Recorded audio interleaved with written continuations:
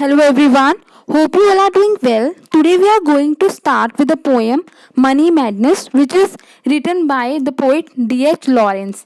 इस पोएम को किसने लिखा है? D.H. लॉरेंस ने लिखा है. पोएम का नेम क्या है? Money madness.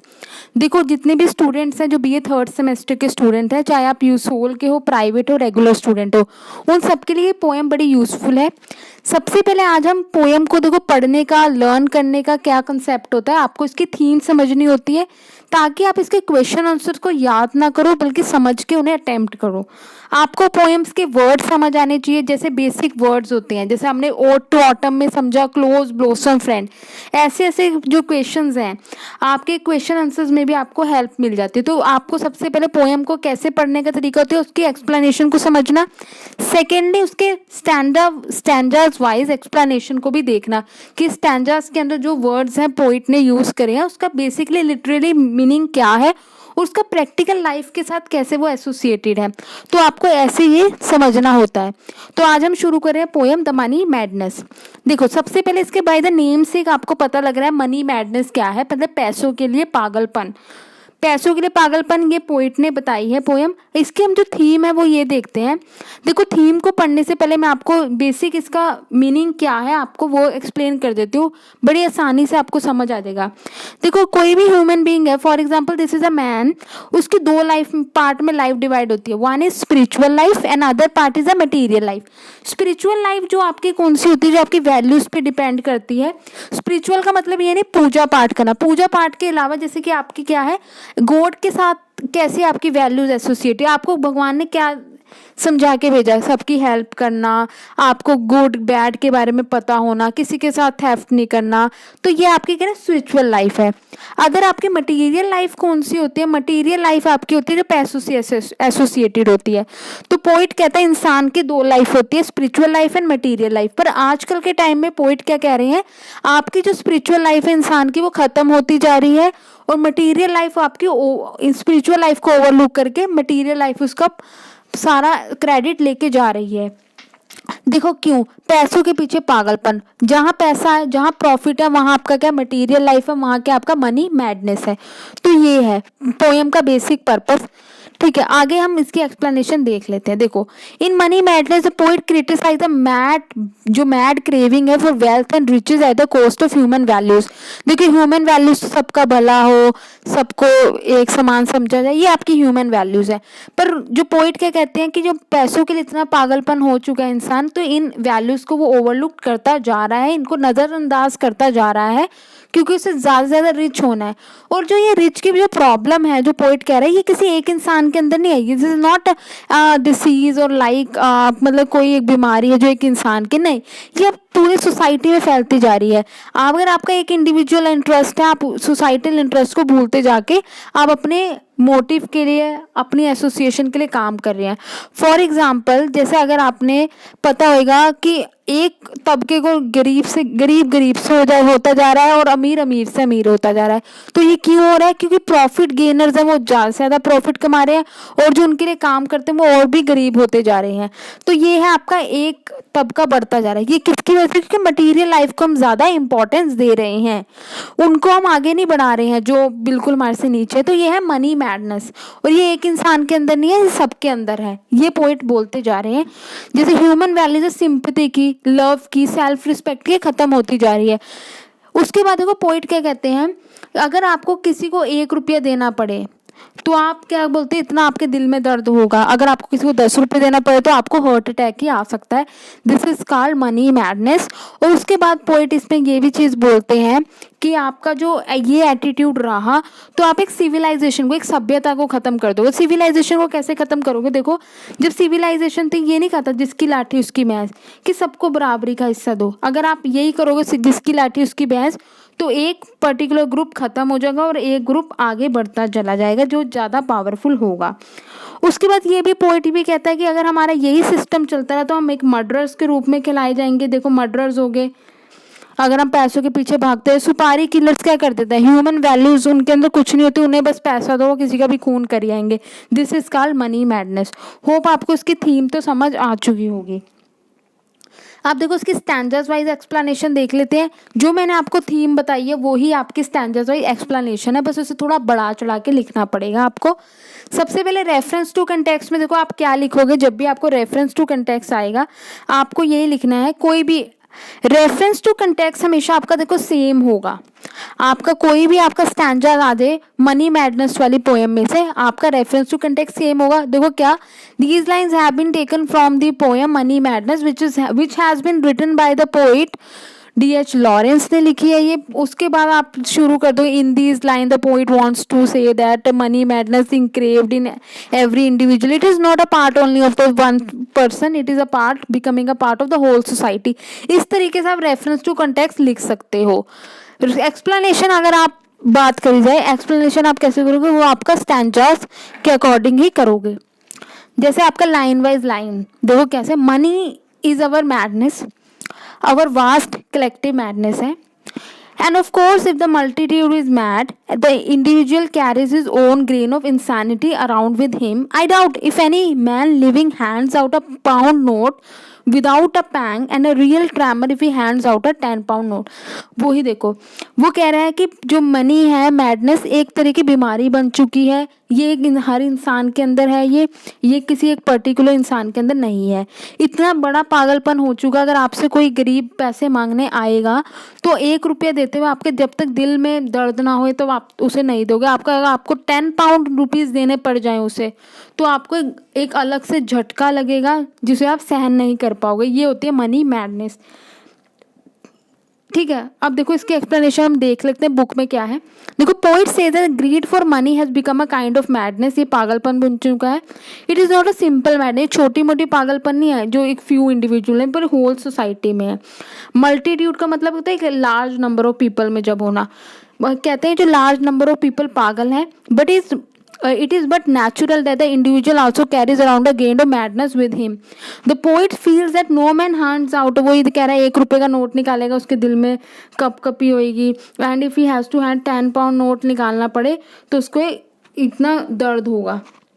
द पोइट, इसमें इस लाइन्स का मतलब क्या है, poet means to say that पैसों के लिए प्यार इतना डीप है लोगों के अंदर कि अगर आप उन्हें पैसों से अलग करोगे, इंसान को एक ग्रेट दुख का कारण है। पैसा ही दुख का कारण है। ठीक है, सेकंड आपका जो स्टैंजा है वो क्या बोलता है, we quail money make us quail and it has got us down, we grovel before it in a strange terror, and no wonder for money has a fearful cruel power among man, but it is not money we are so terrified of, it is a collective money madness of mankind। देखो, आप अगर lines को बड़े ध्यान से पढ़ रहे होंगे तो आपको ये पोएम खुद समझ आ जाएगी। For mankind says with one voice, how much is his worth, has he no money, then let him eat dirt and go cold। मतलब कि देखो, इंसान की इज्जत भी पैसों से है। इस मेनली पैराग्राफ का मतलब ये है कि जो इंसान के आज के टाइम में कोई ये नहीं देख रहा कि नहीं वो हमारे इक्वल है, वो हमारे से बड़े हैं, बहुत छोटे हैं। जिसके पास पैसा उसके पास इज्जत है। इसका मतलब क्या है, अगर आपके पास कोई पैसे वाला इंसान खड़ा हुआ है तो आप उससे ज़्यादा बात करना पसंद करेंगे, ना कि कोई एक वैल्यूएबल पर्सन है जिसके पास पैसा नहीं है आप उससे मुंह उधर कर लेंगे। इस पैराग्राफ में यही चीज़ें लिखी है। आगे मैं आपको इनको दिखाऊंगी भी, ये लाइन्स कहाँ हैं। उसके बाद कहते हैं, आप अगर आपके पास कोई सामने कोई इज्जतदार इंसान भी खड़ा हुआ है, अगर उसके पास पैसे नहीं है तो आप उसे ईट डर्ट, मतलब कि आप उसे खाने को तो दोगे कुछ, पर साथ में ह्यूमिलेट भी करोगे, उसे गालियाँ निकाल के कहेंगे चल ये खा ले, ये ले ले, तो उसे ईट डर्ट भी खाएगा एंड गो कोल्ड, मतलब उसे बेरुखी के साथ आप उसे व्यवहार आपका होगा उसके प्रति जिसके पास पैसा नहीं है। ठीक है, देखो इस पैराग्राफ में ये था कि इंसान के अंदर डर है, किसका, पैसों का ही डर है। देखो, we remain frightened, money make us frightened, मतलब कि पैसे ही सब कुछ है, पैसों के बिना इंसान कुछ नहीं है। ये पैराग्राफ में बोला गया है। इंसान किसके लिए डर रहा है, पैसों कि उसका कहीं पैसा ना चोरी हो जाए, उससे कहीं पैसा निकाल ना ले उसका कोई। इसमें इस पैराग्राफ में ये है। और ये मैडनेस एक इंसान की नहीं, कलेक्टिव मैडनेस है पूरे मैनकाइंड की। अब पूरा मैनकाइंड है, पूरा जो इंसानियत जो है वो दांव पे लगी हुई है पैसों के ऊपर। अगर मैड है, we can't afford not to be mad for it. Mankind with one voice कहते हैं कि एक इंसान का वर्थ कैसे देखा जाता है, इंसान की वैल्यू कैसे देखी जाती है, उसके पैसों के अकॉर्डिंग ही देखी जाती है। ये जो मैंने आपको बताया इस पैराग्राफ में वही है। आपका जो थर्ड स्टैंडर्ड बोलता है, and if I have no money, अगर मेरे पास पैसा नहीं है, they will give me a little bread so I do not die, but they will make me eat dirt with it. I shall have to eat dirt. I shall have to eat dirt if I have no money. And it is that I am frightened of, and that fear can become a delirium. It is a fear of my money mad fellow man. वो देखो इतनी अच्छी lines इसमें लिखी गई है कि अगर आप पैसों के लिए पागल क्यों हो रहे हैं. The poet justifies his money madness, not only his money madness but the collective mankind money madness. Why the whole society is money madness. Why, कि वो पैसों के पीछे पूरी सोसाइटी क्यों पागल है. बिकॉज उसने जस्टिफाइड करा अपना पॉइंट यहाँ. वो कहते हैं कि अगर मेरे पास पैसा नहीं हुआ, ये लोग मुझे मरने नहीं देंगे. ये लोग कौन से पैसों वाले लोग मुझे मरने नहीं देंगे. They give me a little bread, but इसके साथ मुझे गंदगी भी इनकी सुननी पड़ेगी. ह्यूमिलेट करेंगे मुझे नीचा दिखाएंगे. अगर आप देखो, आप किसी भिखारी को आर्म्स दे रहे हो, दे गिव यू बैगर को आप आर्म्स मतलब कि भीख दे रहे हो, उन्हें कुछ पैसे दे रहे हो, तो आप उसे घृणा की नज़रों से देखोगे. आप देखोगे वो मेरे टुकड़ों पे पल रहा है. इस तरीके से आपके अंदर बिहेवियर आएगा. तो ये क्या बिहेवियर शो करता है? आपका पैसों के प्रति प्रेम, मनी मैडनेस और दूसरे की वर्थ ना समझना, ये आपको शो कर रहा है. उसके बाद देखो क्या है, कह रहे इसी चीज़ के लिए तो मैं डर रहा हूँ, जब भी तो पैसों के लिए सारे पागलपन है कि मेरे साथ वो हाल ना जो सामने वाले के साथ हो रहा है जिसका पैसा नहीं है. तो यहाँ poet justify, this is a very important stanza of this poem, and that fear can become a delirium and it is fear of my money mad fellow man. ठीक है, देखो इसमें हम समझ लेते हैं. तो poet says that if he has no money there can be someone who give him a little bread to eat so that he does not die, but they will make him eat dirt also along with that little bread. वो गालियां भी सुनेगा उस bread के साथ. By eating dirt the poet का मतलब क्या कि accepting insult, humiliation without complaining. वही देखो, वही बात होगी. In other words, those who will give you a little bread out of which they will call charity will make you feel humiliated. ये आपको चैरिटी देके आपको ह्यूमिलेट करेंगे. If one has no money, अगर जिसके पास पैसा नहीं है, and accept a little help from other, he has to lose all self respect. वो अपनी सारी सेल्फ रिस्पेक्ट खो देगा. The little help never comes as a gesture of regard or respect. वो gesture नहीं है किसका, regard और respect का. It comes with a feeling of condescension होगी and superciliousness. It is this humiliation, जो ये humiliation है, that the poet is frightened of. इसी humiliation से poet डर रहा है.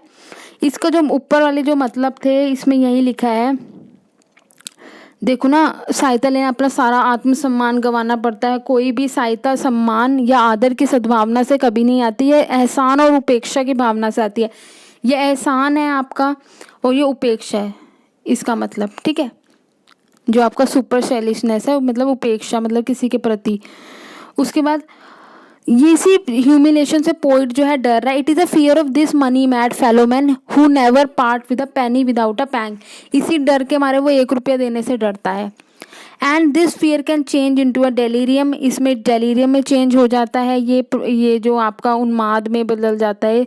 Thus when the poet sees money mad multitudes, जब वो पोइट देखता है ये मनी मैडनेस मल्टीट्यूड है, मतलब कि पैसों के लिए पागल झुंड है all around him, he too carries a grain of his madness winning. तो वो भी उसके अंदर भी पैसों के लिए पागलपन है. क्यों है? क्योंकि जिसके पास पैसा नहीं है उसकी कोई इज्जत नहीं है. जिसकी कोई इज्जत नहीं, लोग उसे सामने गालियां भी निकाल दें, तो पैसे वाले की ही इज्जत है. ये स्टैंजा में पोइट ने ये जस्टिफाई करा है. देखो जो इसका नेक्स्ट स्टैंजा वो कहता है we must have some money. हमारे पास कुछ पैसा होना चाहिए to save us from eating dirt, कि हम लोगों से भीख ना मांगे. हमारे पास इतना पैसा तो होना चाहिए, हमें इतनी अर्निंग पावर होनी चाहिए.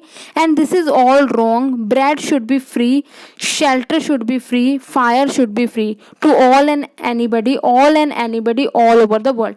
मतलब कह रहे रोटी कपड़ा मकान ये है, ये सबके लिए फ्री होना चाहिए एटलीस्ट, कि किसी को ह्यूमिलेट ना करे. ताई हमारे को क्या मिले हैं, फंडामेंटल राइट्स मिले हैं. अगर आप पार्ट 3 अपने कॉन्स्टिट्यूशन का देखोगे तो मिले रोटी कपड़ा मकान, बेसिक नेसेसिटीज ऑफ लाइफ के लिए डायरेक्टिव प्रिंसिपल्स हैं आपके चैप्टर 4 के अंदर कॉन्स्टिट्यूशन के अंदर. अगर आप पॉलिटिकल साइंस के स्टूडेंट हो, अगर ना भी पॉलिटिकल साइंस के स्टूडेंट हो आप, राइट टू लाइफ आपका आर्टिकल 21 है, बेसिक ह्यूमन राइट है, ये आपका फंडामेंटल राइट है जो आपको इंडिया गवर्नमेंट गवर्नमेंट गारंटी करती है, आपके कॉन्स्टिट्यूशन गारंटी कर रहा है, आर्टिकल 21, गरीब के घर में खाना पहुंचाना। कोरोना के टाइम में जैसे सबको हेल्प मिली है कि कोई भूखा ना मरे, किसी को ह्यूमिलेट ना हो, किसी से भीख ना मांगनी पड़े रोटी कपड़े मकान के लिए, इस लाइन्स में ये बोला गया है। ठीक है, we want this thing to be free to anyone and everyone, इसका स्टैंजा का मतलब यही है। अब जो नेक्स्ट स्टैंजा आपका आता है वो बोलते हैं we must regain our sanity about money before we start killing one another about it. It is one thing और द अदर, ये एक थिंग है या अदर थिंग है। देखो पोइट कहता है जो प्रेजेंट डे के अंदर जो मनी मैडनेस है वो बड़ी डेंजरस रिजल्ट लेके आ रही है। हम पैसों के लिए किसी का खून भी कर सकते हैं। हैव और हैव नोट्स कौन होते हैं, स्ट्रगल है। कार्ल मार्क्स की एक थ्योरी है हैव और हैव नोट्स। हैव है जिनके पास सब कुछ है, हैव नोट जिनके पास कुछ नहीं है, जो इन हैव्स के लिए काम कर रहे हैं। जैसे एक क्लास होती है, एक आपकी बिजनेस क्लास है, वर्किंग क्लास है। बिजनेस क्लास आपकी हैव है, वर्किंग क्लास आपकी क्या हैव नोट्स है। तो ये दो क्लासेस में स्ट्रगल हमेशा चलता रहता है, ये दोनों क्लासेस कभी इक्वल नहीं होते हैं।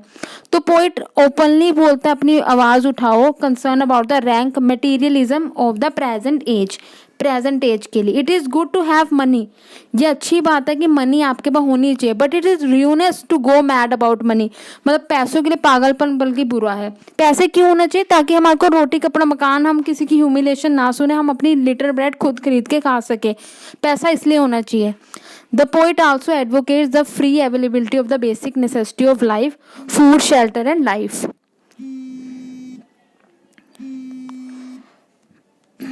देखो यहाँ पोएम की जो एक्सप्लेनेशन है वो खत्म हो चुकी है। बाकी देखो जो क्वेश्चन आंसर्स हैं वो मैं आपको नेक्स्ट वीडियो में बताऊंगी कि कौन से इंपॉर्टेंट क्वेश्चंस है, कौन से 2 मार्क्स के लिए इंपॉर्टेंट है, कौन से लॉन्ग क्वेश्चंस आपके इंपॉर्टेंट है। अगर आपको फिर भी कोई डाउट होता है एक्सप्लेनेशन से रिलेटेड, थीम से रिलेटेड, तो आप मुझे कमेंट सेक्शन में पूछ सकते हो। आपकी जो प्लेलिस्ट है बीए 3rd सेमेस्टर की वो मैंने बना दी है इंग्लिश कंपलसरी की, जिसके अंदर आपके 2 पोएम्स ऑलरेडी मैंने कवर कर दिए। आपकी कौन सी पोएम्स है वो रोड नॉट टेकन और ऑट टू ऑटम, वो आप प्लेलिस्ट में देख सकते हो। अगर आप चैनल पे न्यू हो तो प्लीज़ चैनल को ज़रूर सब्सक्राइब कर देना। अगर आपको वीडियो अच्छी लगी तो इसे लाइक करना और ज़्यादा से ज़्यादा लोगों को शेयर करना, सो दैट मैं मोटिवेट हो सकूँ। Thank you very much, have a nice day.